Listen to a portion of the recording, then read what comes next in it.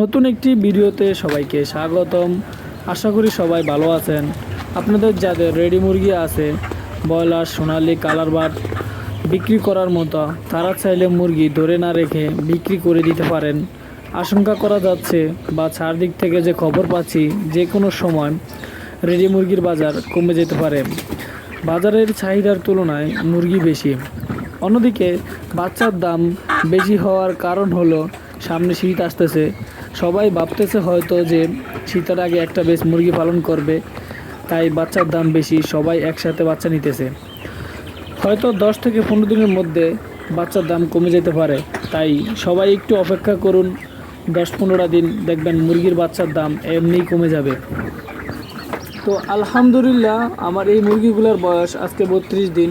আমিও আজকে বিক্রি করে দিছি 147 টাকা দরে। আজকে রাত্রে নিয়ে যাবে।